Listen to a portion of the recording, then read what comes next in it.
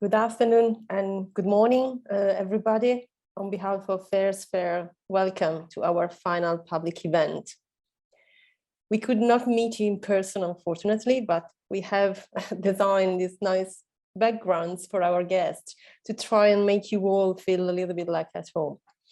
So grab an armchair, a coffee, a tea, or a glass of wine, make yourself comfortable and join us for the next 3 hours.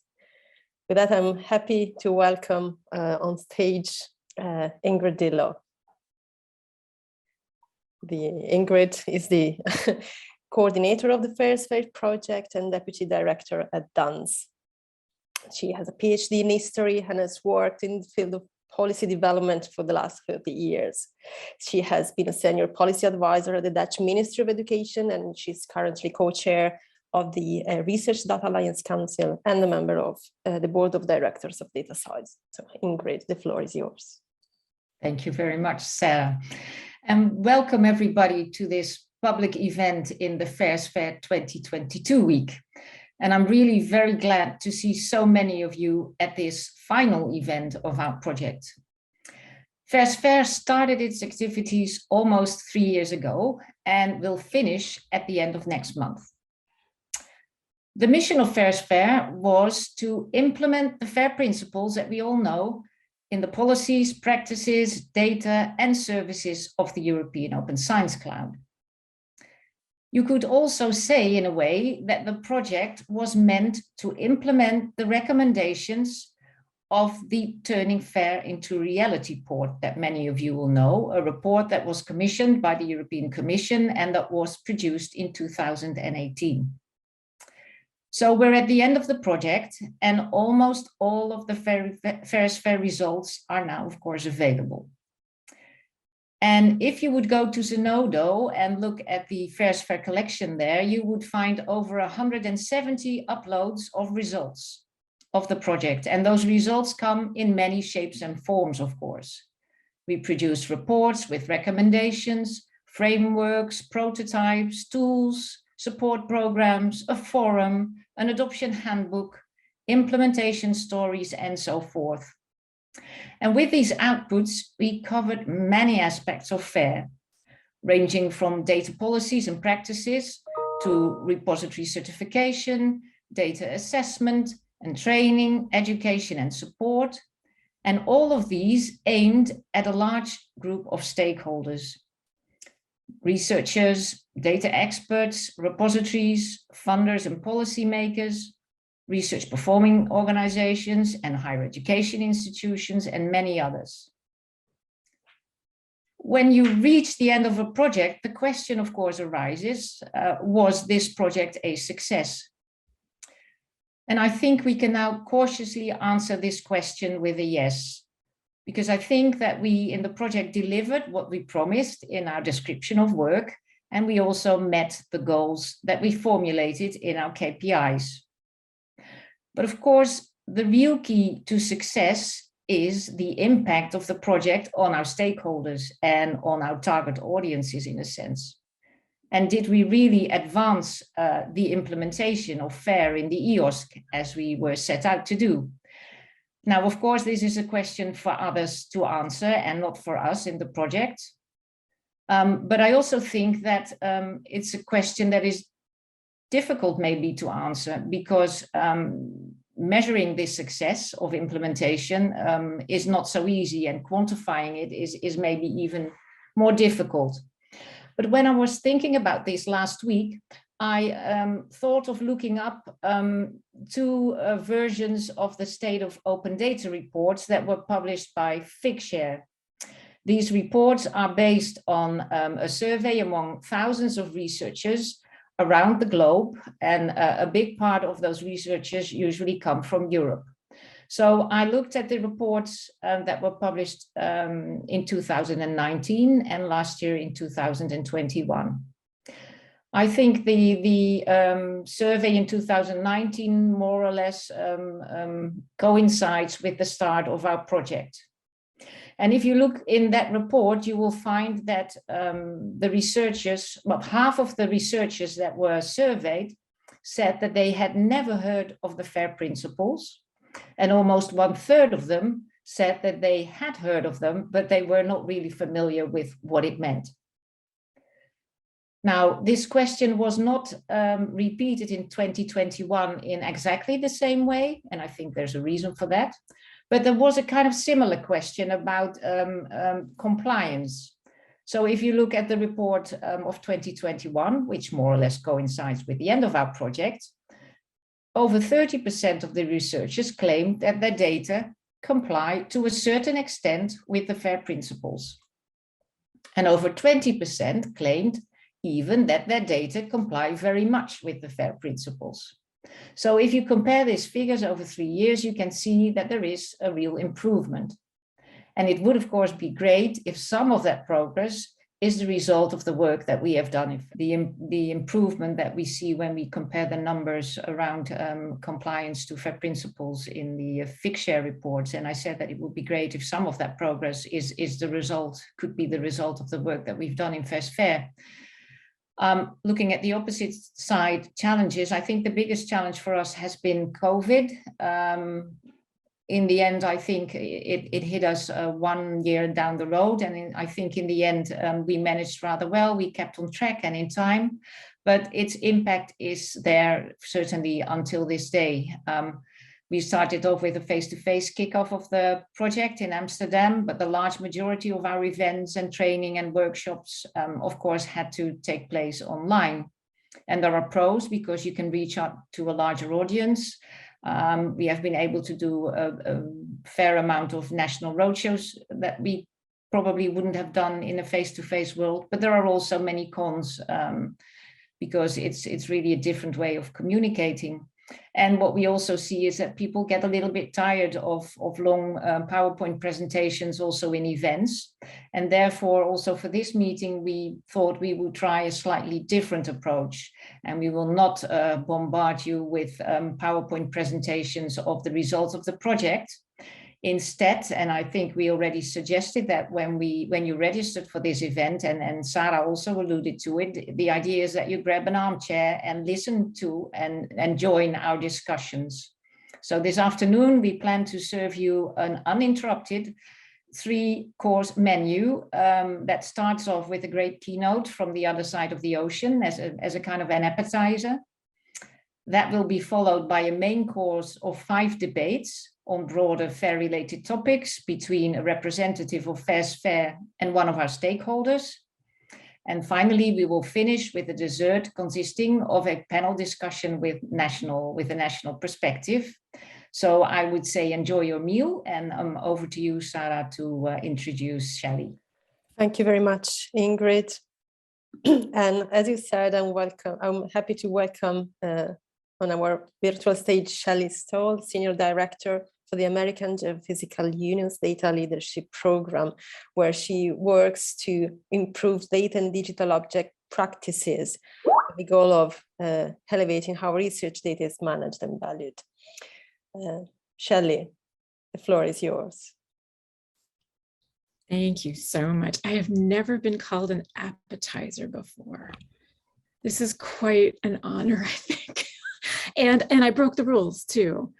I have slides, but I think you'll find them kind of fun. And so let me get started. First of all, what an honor to be here at the close of FAIRsFAIR. I will share with you that when I heard about the project 3 years ago, first of all, I was jealous, right? I mean, we don't have anything like this in the US. And I wanted to help. So they very, very kindly, I did get to help a little bit with the high-level advisory committee, which I'm so delighted to be part of. But it is so exciting to be here as we're coming to a moment of recognition and frankly honoring all of this work that's benefiting all of us. So let me tell you about how the other side of the pond is seeing your work and also experiencing FAIR implementation. So if you happen to not know who I am, I work within the geosciences, earth, space, and environmental science. And the American Geophysical Union is a fantastic place to be grounded there. And we've had a position statement on data since the mid to late 1990s, and every few years it gets updated. As a matter of fact, it needs to be updated again. It's time, maybe this year or next. I have to check the schedule, but it's soon. But what we really embody, what we really believe, is that the data associated with our research is a world heritage. And let me just minimize you guys here so I'm not looking at all the pictures, and that it needs to be shared and preserved and documented. And it's about a two-page paper, and I highly recommend you take a look. And I'll make sure that all of the links to the resources are on the Zenodo entry that has these slides, so they're easy for you to find. And this drives our work. This drives what AGU asks me to do, which is very outward facing to our researchers. And let me kind of give you a sense for how we think about things. So this is a really fantastic graphic. If you've not seen it, it's really fun to explore. Nature did this really cool data analysis of the papers from the 150 years, and they actually pulled in some other publishers to show what the linkages are, how this is like the genealogy of science, right? So you look at how papers from before are linked and referenced by papers that are happening now, and you can see where ideas have come from. And it is so cool. It's interactive 3D, and there's a really great video that goes with it that describes it. So here, if you look, yellow, which is sort of in the upper right of this picture, and how this is the Earth and Space Sciences, the geosciences, and how we're interconnected with all of these other colors. So our, the concepts around cross-discipline work and interoperability are very keen in our space. And one of the neat things they did with this information is they shared what the types of papers that are coming through and where the authors are. And this was one of the most telling graphs that really informed me about what I need to be telling our researchers, early career scientists, how do we describe to them what the future of research is going to be like? And so what you can see here is single author papers are nearly gone. I hope that doesn't shock you. I think that makes a lot of sense. International papers, so papers from more than one country, is growing. That's orange or red. I'm not sure how it's rendering on your screen. And then single country papers are shrinking. And that makes sense too, doesn't it? So this is really a big deal. This is really showing that our research is becoming more complex in the sense of our teams, and the kinds of problems we're solving need people from with a worldview, international representation, and potentially even cross-domain, although that doesn't reflect here. So I put together, okay, first of all, you're all going to have an opinion on this slide. And when we can get back together and we can share a bottle of wine, I'm happy to discuss this. You're going to see in a moment while I'm saying that. But what I really want to highlight for you is, first of all, you're not going to be working individually as a researcher. You're truly going to be in a team. And not only that, but you're going to need to have international collaboration, which means finding people around the world is going to be really important. And to make that happen, this will all reflect well with you. I feel like I'm okay, and choir, let's sing together. The robust tools of discovery, good documentation for your data and your software, data that's interoperable, right? Are you following me? And software that's accessible. And those last two bullets there, I could have flipped that around, of course. Using current tools, I give one example. Some of you are laughing. Of course, there's billions of examples. Well, maybe not billions, many. And then being able to reuse using licensing. So here's the part where we're all going to have a glass of wine together. The future of research is fair. Hello. And here are, and don't look too closely because you'll all say, oh, Shelley, you should have put this letter here and that letter there. Yeah, whatever. That's not the point. The point is it's fair, and we need to have that. We all need to have that. Okay, so let's kind of look at what that means. All right, so we're talking about the future. So FAIR enables researchers. Oh my goodness, this is so true. We're working on, you, FAIRsFAIR, and many others are working on these fundamental abilities by baking them into the research process that allows, and I just have a few items here: access, analysis, visualization. You all know this. Easier interoperability, easier trust, right? And we need to work openly, because by working openly, we can be in community, we can have collaboration, we can learn from each other, even things that fail. And this is so exciting because UNESCO, just all of the countries just signed the recommendation on open science, which just gives me goosebumps, because this is a game changer. It's a game changer because we have an international community saying, listen, you need to work openly, and FAIRs all throughout here, data and software. And I can't wait to hear the hardware folks talk about FAIR hardware. Oh my goodness, that's going to be fun. And providing protection in order to know what needs to be protected and not. We need to be able to have that identified, and that's licensing, that's access and controls, where some of us working with, like, I'm thinking healthcare, for instance, most of your data is going to need to be protected in some way or another, but yet shared as much as possible. And I think there's a publication that I'm a co-author on, showing there's a huge benefit to CARE. And this is for Indigenous data sovereignty, the CARE principles. And if FAIR is implemented within a repository, within a community, it makes CARE much easier because all of the metadata mechanisms are in place. So this is very exciting.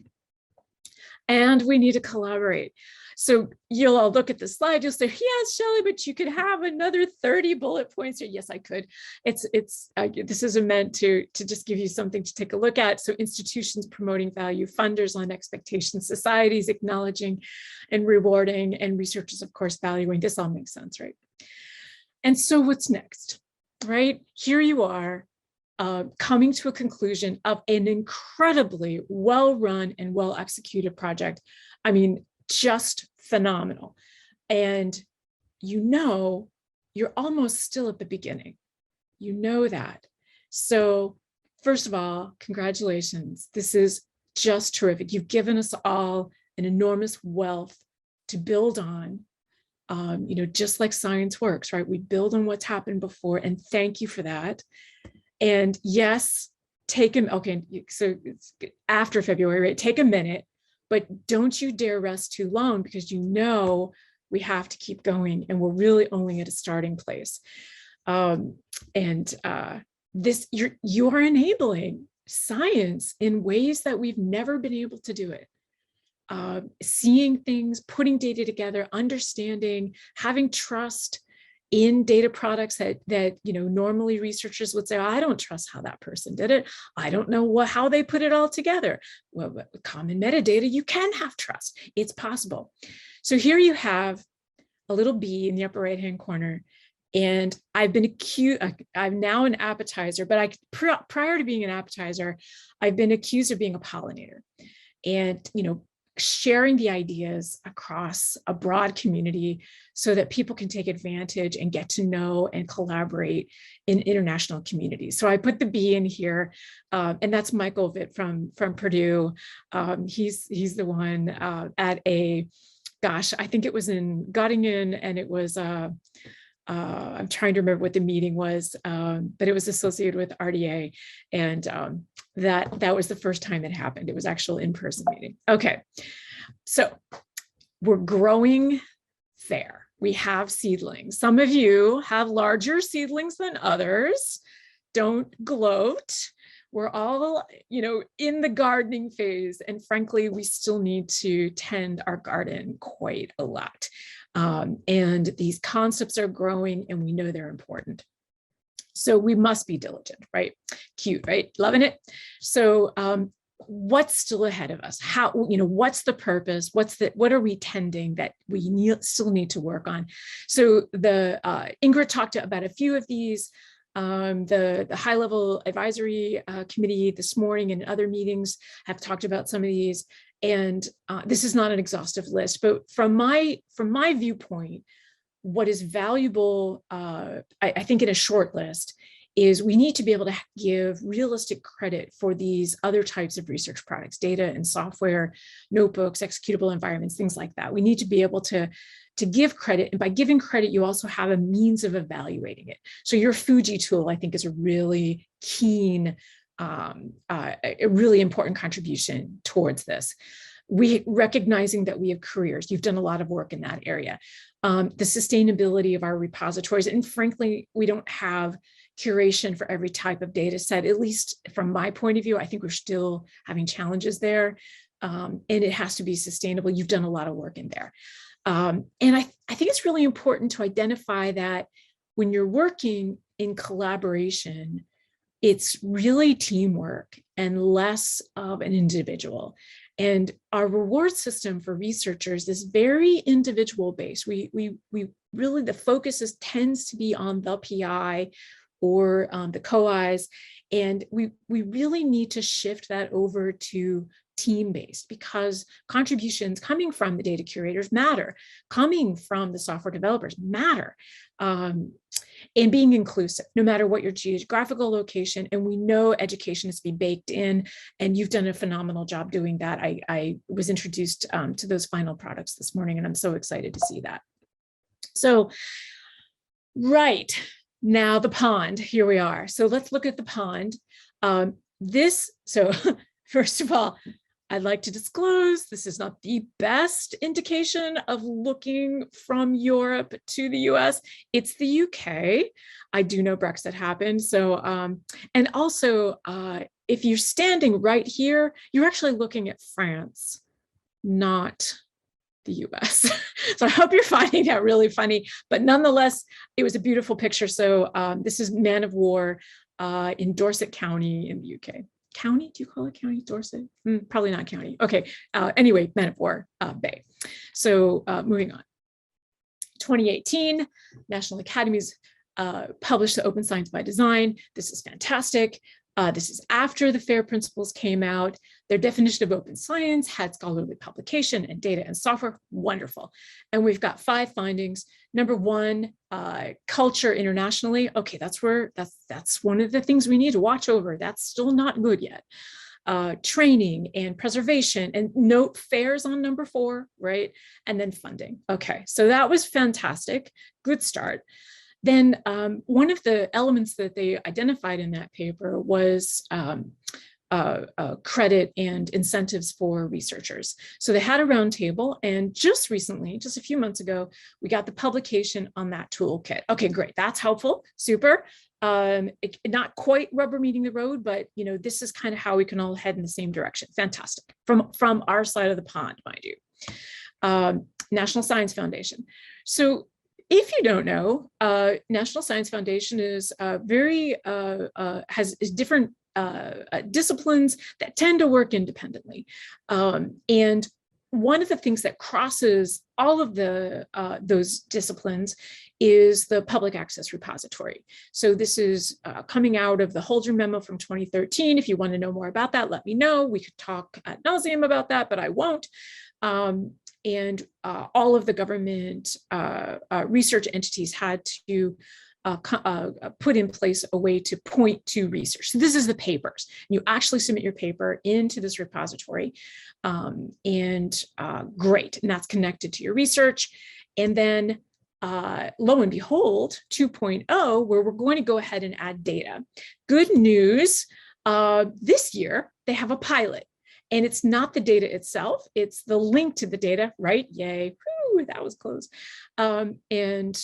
This is, I'm really excited because I actually have to submit a final report to NSF for a grant that has ended. My final report is due next month, and I'll get a chance to actually submit a data set, and I can't wait to see how it works. So I'm thrilled. No, I didn't write the report yet, or I'd done it already, but that's how that rolls. So moving on, National Institute for Health. You probably are aware, Susan Gregory, who is just amazing. She, NIH, is an organizational assembly member for RDA, and Susan is the contact there, and she's been really good about participating. I'm a co-chair there. That's how I know these things. She, along with numerous colleagues and support from the National Libraries for Medicine put out just about on Halloween, which I thought was a riot, in 2020, that they would implement this sharing policy. And note that that was yesterday, a year from yesterday, right? It comes in effect next year, nearly to the date. And here's some fun stuff. Twitter is a Twitter. The researchers are getting nervous, but Susan is doing her very best to make sure that all of the information is available, all of the tools that they need are available, and I know that they're going to have consider the flexibility that's required. And note that they've actually updated their activities as of yesterday. So I did go grab a recent screenshot in order to demonstrate that. And this is really great. So the Geosciences, of course, has a really strong connection into health. So there's a lot of our own researchers that actually get funding from the from NIH. So, and more recently, this is also really exciting. NASA has implemented not implemented, but funded a huge effort around open source science. And this is great to check in on. The part that we're partnering with them on is the Transform to Open Science TOPS. And it's really important that if we could all kind of pay attention to this together, that would be fantastic. They are going to, their minimal viable product, which will come out later this year. It'll be a MOOC around teaching open science, which of course includes sharing data and software. They want to get that to 20,000 researchers. So they are willing to invest in the scaling. And we all know scaling is one of the hardest things to do. And I'm so delighted because I think they're going to really like show the way. And that MVP, that minimal viable product, will be broad enough for anyone, any discipline. And that's like the, oh my gosh, this might make a difference. This might make a difference, especially on some basic educational levels. Great. And then USE, there's an acronym for you, USE, the Year of Open Science. They've named 2023. There will be a huge splash at AGU's meeting, which is in December. We'll start in 22, but it'll be massive in 23. And that will get us some interesting momentum into UNESCO's Year of Open Science, which is 2025. So very, very good. And here I am coming to the end of my talk. We know that this only works when we can all work together. And I have to tell you, whenever I ask the officials within the US government agencies, so how are you addressing the international collaboration? The first thing they say is research data lines. The very first thing, because that transcends all of the country boundaries, the funding boundaries, is the research data lines. And we also have the Data Together team, CoData and the World Data System and GoFair and others, but I really want to highlight how important it is that we're all connected and using all this international community to make a difference. And congratulations and thank you.